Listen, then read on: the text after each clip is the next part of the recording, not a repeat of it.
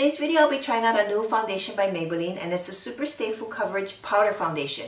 They have the liquid foundation and they just came out with the powder foundation. So I want to go ahead and try this. It's supposed to last up to 16 hours of wear time. There's 12 different shades, and it says you can either apply it with a sponge or a brush, and I'm going to go ahead and do it with a brush today. So yeah, let's go ahead and get started. And I'm also going to do a check-in later on throughout the day, probably after I do my workout. That's, to me, is a really true test for powder foundation. I really don't like powder foundation just because when I sweat I notice that there'll be streaks on my face, which I don't like. So I really want to try this because it's supposed to be long wearing, so I'm going to go ahead and work out and whatnot. But so I've already primed my face with the MAC Prep and Prime, and the color that I got for this foundation is golden.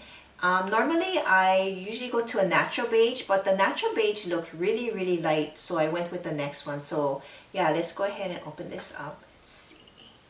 This is what it looks like. It looks really light on the monitor, but it's actually not that light. Feeling it, it's very velvety. So yeah, let's go ahead and get started on this. And I think under here there is a sponge that you can use.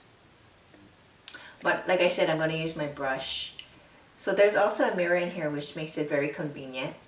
Yeah, let's get started on this. Go ahead and put that on. It's supposed to be full coverage. So let's see.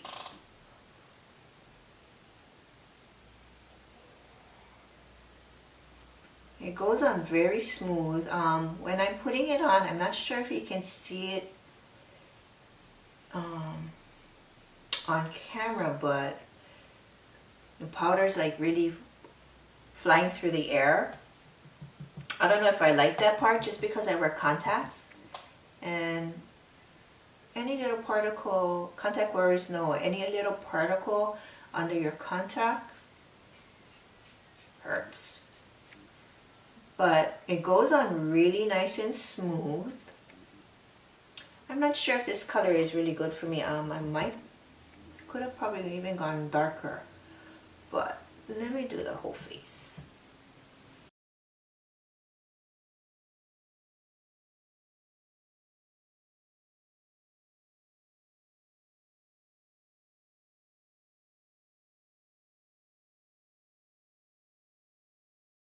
Normally before I put my foundation on, I color correct, but I didn't do it this time. Maybe I should have. I like to color correct under my eyes, just to get rid of the darkness.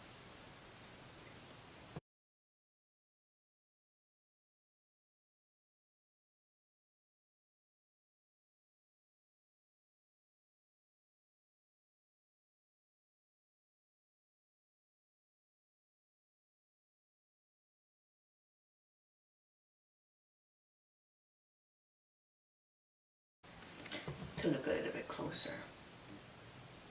See, my eyes look really dark underneath. I wonder if I can color correct over this powder before putting on my concealer.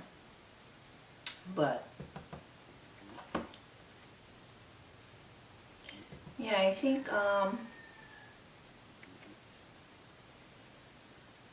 actually, when I look into the mirror, I think the color looks okay. In the monitor, it looks really light.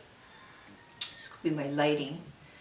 But it goes on nice and smooth, and the coverage is pretty good.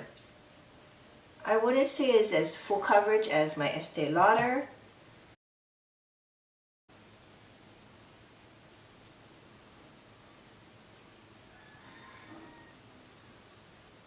It blends really easily. Much more easy than liquid foundation, that's for sure. I think when you do this, because I can see like there's a lot of like fallout off of this. If you're wearing like a dark shirt, you need to be careful. Or even white, I think you have to be really careful that it doesn't fall on your clothes. But other than that, it goes on nice and smooth. It's covered pretty, I would say it's probably more of a medium coverage. I guess I'm comparing it to my Estee Lauder, which is really full coverage. But yeah, so what I'm going to go ahead and do right now is put on the rest of my makeup, and I'll be right back. Okay, so I put on the rest of my makeup and everything went on nice and smooth. The only thing I noticed is on my makeup mirror when I looked at myself in the magnified side of the makeup mirror is that there is a lot of fallout. I had powder foundation in my eyebrows, on my eyelashes, on the side of my hair. So just be careful with that. You don't want it to get into your eyes, especially if you're a contact lens wearer. So maybe when if you're using a brush, maybe tap it like this to get rid of the fallout, and then you can put it on your face. But other than that, makeup went on nice and smooth. As far as the color match, the color looks really good.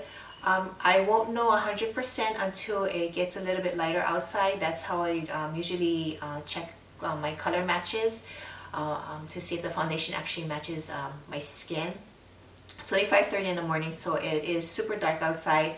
In a few hours, I'll go ahead and check that out to see if it's actually if it's a good match for my skin.